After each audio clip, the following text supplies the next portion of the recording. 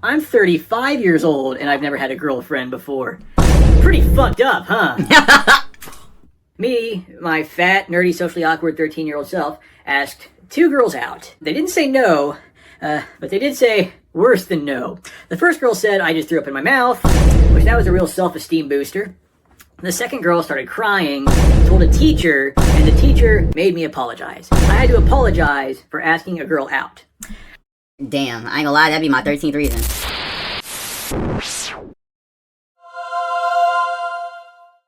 A man who is 35 years old and never had a girlfriend before.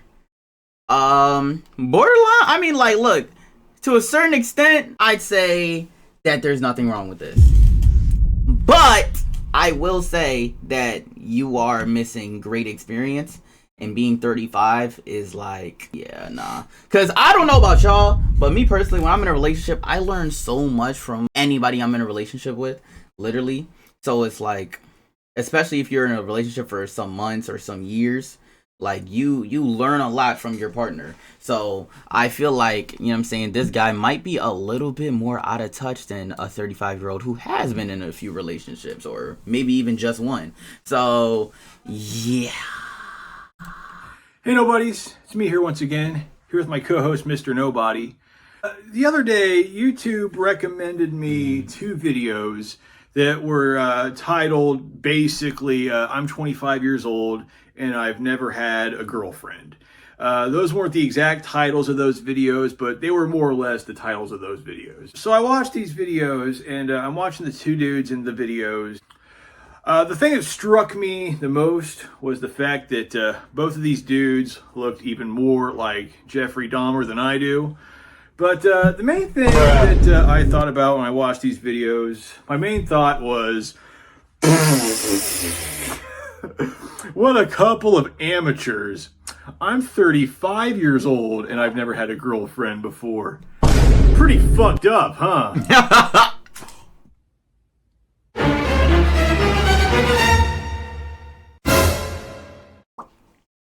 Yeah, that's my new intro. Pretty annoying, isn't it? Anyway, yes, as I said before, I'm 35 years old and I've never had a girlfriend. Which I don't really feel too bad about my situation because, I mean, I know there are other guys out there who are older than me who've never had girlfriends. In fact, I know a guy personally who's 63 and he's never had a girlfriend. I mean, he's gay. I was just about to say how sad that is. Bro making a joke. He just cooked me. I personally who's 63 and he's never had a girlfriend. I mean, he's gay, but he's never had a girlfriend. But anyway, how did this happen? Well, I guess we gotta go back to my early teenage years, you know, back when I was in junior high school, about 13 or so. I, like a lot of kids my age, were really getting into girls and, you know, asking girls out and going on dates and stuff. And I noticed that a lot of the other boys in school at the time were having girlfriends and stuff. But here's the problem. This is at any age, really. But if you're a guy and you want to date and you're fat and you're nerdy and you're socially awkward, that's pretty much the kiss of death if you want to have any sort of a romantic life. Okay, so if you are fat, go to the gym. If you are socially awkward, talk to people. You'll loosen up. You'll warm up. If you are nerdy, some girls like that. You can fix all these things. Like, you don't have to stay in your situation for 10, 20 plus years. Just one of those alone would be bad enough, but all 3 at the same time, no. But, of course, at the time I didn't realize this. Me, my fat, nerdy, socially awkward 13-year-old self, asked 2 girls out. They didn't say no, but they did say worse than no. The first girl said I just threw up in my mouth, which that was a real self-esteem booster. The second girl started crying, told a teacher, and the teacher made me apologize. I had to apologize for asking a girl out.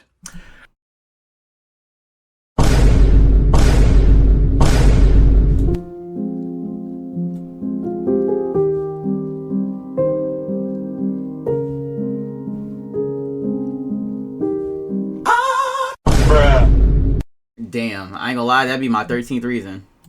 Now that is a special level of hideousness right there. And when I got a little bit older and got into high school, my situation didn't really improve either, because it became a lot more normal for, people my age to have girlfriends and stuff, and it just wasn't happening. Like, even the other ugly, nerdy, unpopular girls weren't into me. That's crazy. For example, there's this one girl who I went to high school with. She was very, very fat. She was as fat as I was.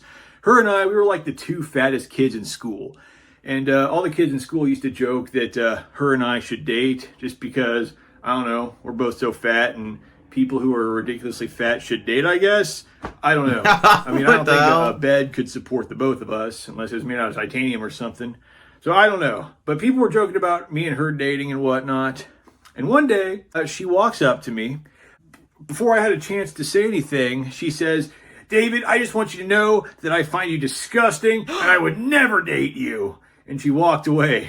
So, yo, this nigga's situation is fucking garbage, bro. Imagine this. Imagine you are so chopped that the teacher makes you apologize for asking a student out. Imagine you are so chopped that the most chopped girl in the school says she wants nothing to do with you. Imagine you are so chopped that people cry at the sight of being together with you. Listen, my nigga. Your haircut is ass, bruh. If you fix your haircut, got in the gym, had some more confidence, you would be smooth, bro. I'm trying to tell you, bro. There's nothing more ugly than a nigga who thinks that they're ugly and helpless. Facts. Now look, if you are dead ugly though, you can still pull if you don't think that is an actual issue in your life. I'm trying to tell you, bro. All this shit, the only reason he's never had a girlfriend is because of his mind, not because of his physical appearance, not because of the things that he's into. I'm telling you, bro. That's the only reason why. So yeah, once again, another self-esteem booster right there. The fattest and one of the most unpopular girls in school thought I was disgusting. My senior year of high school, I decided to go on a big self-improvement kick. I lost weight. I got myself a job at Walmart. From that job at Walmart, I greatly improved my social skills. Nice. Things are going good. I even started to date a little bit. The thing is, these dates didn't really go anywhere, which didn't really bother me at the time because it's like, whatever. But I got a little bit older. I got a much better job in my early 20s, which I'm still working at today. I started going on even more dates, and they also went absolutely nowhere. The women who I dated kind of thought of me as just like the funny friend for the most part. But some of the women I dated, they just kind of thought I was repulsive, and they couldn't even stand being around me. They couldn't even see me as like a friend. And I get it, I'm awkward and annoying and stuff. I mean, and then also, how the fuck you get on a date with a girl that don't like you? How do you even do that? I can't even imagine being at dinner and be like, I ain't gonna lie, you are repulsive, ugly, despicable, disgusting. I'm going home. Like, what? I couldn't even imagine that. I still feel like he could have helped the situation. I know he said a bunch of girls didn't like him. Bro, it's because you're not really getting in that mode for real.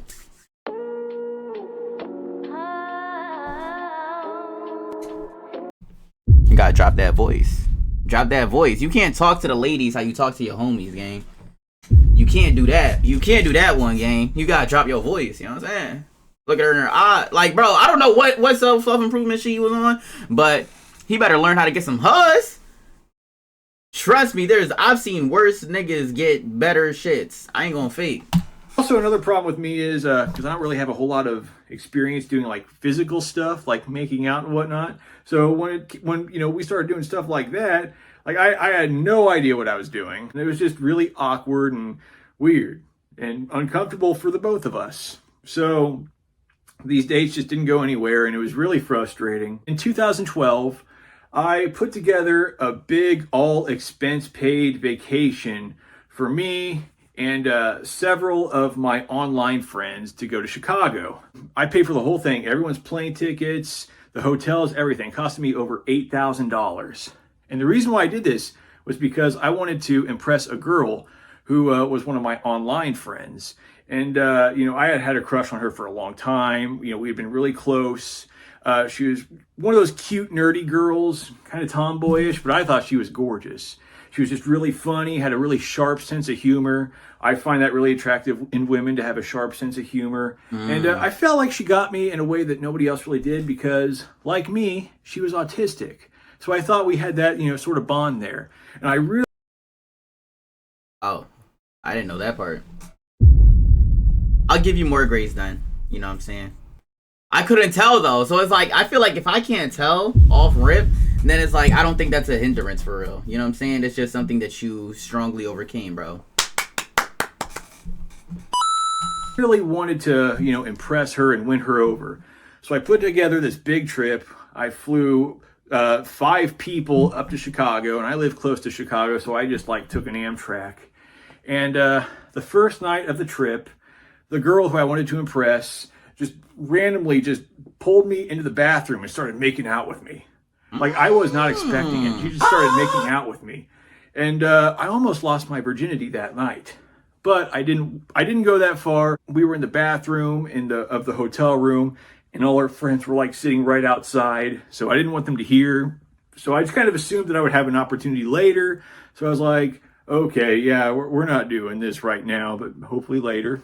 But I felt great. I felt amazing. I'm like, oh, I finally got the girl. And I was on cloud 9 for the next day. Yeah, the next day I was feeling pretty great. And then that night, the girl who I wanted to impress had sex with one of the other guys on the trip while I was in the room.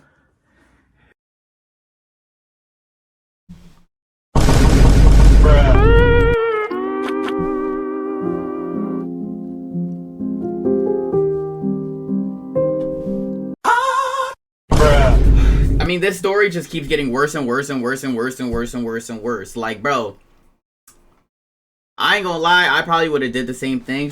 Obviously, Shawty was a little torta, not a torta. That's the wrong terminology. She was a leg. She was a slaughter. She was a Trisha.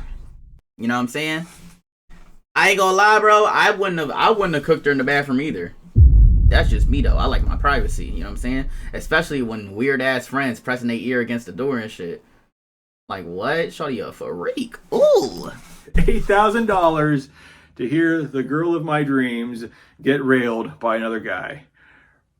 Fantastic. That's crazy. What happened was a couple years later, when I was about 26, I kind of went through a dark phase where I got really into drinking. I was getting drunk pretty much every day. I was drinking Caliber vodka, which is the shittiest, cheapest, bottom shelf vodka you can get. But it's cheap and it gets you drunk fast, so that's why I drink it. So I would drink that every day. I would eat pretty much nothing but junk food. My diet was probably 80% pizza, and I'm not exaggerating. That's crazy. I would chain smoke 2 packs of cigarettes a day, and I did this every day for about 5 years. Every day I would get off work, I would go home, get drunk off the cheap vodka, chain smoke, eat the junk food, and I was just not taking good care of myself. I gained over 150 pounds, and I'm not exaggerating. I had to wear old people diapers to bed because I kept pissing myself. I would go months without bathing. I would go months without brushing my teeth. I got periodontal disease because I took such poor care of my teeth. I was just a mess. I was going into work. Well, no wonder, dickhead. You 26 over here, disgusting, revolting. No duh, you can't get no huzz. No duh.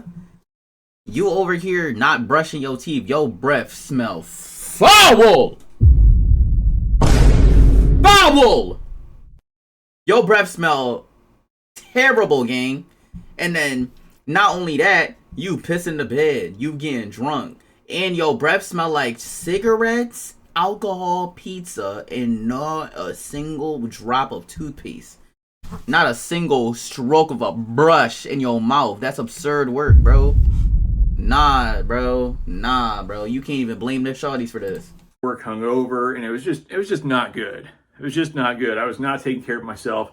And I did this, from the age of 26 to 30. I refer to that era as my drinking days. So if you ever hear me refer to my drinking days, I'm referring to that era. But anyway, one day when I was 30, I was starting to develop some chest pains. I went to the doctor. And he took my blood pressure and did some other stuff and asked me some questions. And he point blank told me, yeah, you're going to be dead by 40 if you don't start making some serious life changes. That was pretty terrifying. And what made it even more terrifying is that two really close online friends of mine around this time had died in their 30s doing the same things I was doing. The first friend of mine who died was extremely overweight, like 600-pound life size. I mean, Dr. Now would have had a field day with this guy. You know, he got really big and it just killed him. You know, he was in his early 30s too. My other friend, also in his 30s, was a massive alcoholic. He ended up dying of liver failure. Yeah, so I took that news from my doctor of me being told point blank that I'd die at 40. I saw my friends dying. Well, I didn't see them dying, but you know, them dying combined with that news, it really set off the alarms in my head. Ever since then, I've just tried to have a new and positive outlook on life, because the thing about life is, yeah, it sucks sometimes and it's annoying and, you know, it can be unfair, but I like life. I figure I'm 35 now. I got another 40 something years, give or take, in front of me. Why not just see what happens? So yeah, I mean, I decided, you know, start eating healthier, you know, lost the weight, I quit drinking, I quit smoking, and, you know, I just try to focus on doing things that, you know, I just enjoy and have fun with, like video games and movies and whatnot. You know, just try to live a better lifestyle and, you know, not worry too much about things that, you know, I don't have, and just try to enjoy the things I do have, which I guess some people would probably see as a cope, which, I mean, if it's a cope, it's a cope, whatever. I mean, I would rather cope than, you know, wear old people diapers to bed personally. Yeah. I'm just going to sit back and let the chips fall where they may, and who knows what will happen. That's pretty much all I got to say in this video. I mean, I'm glad he got his shit together, but I still feel like you don't feel like you have control of your life. And I think that is the most important tool to really having true happiness. You know what I'm saying? People say that depression is when you feel like you don't have any control. So having as much control as possible over your life, having as much freedom as possible over your life, will automatically grant you happiness. Appreciate y'all for watching. I'm out of here.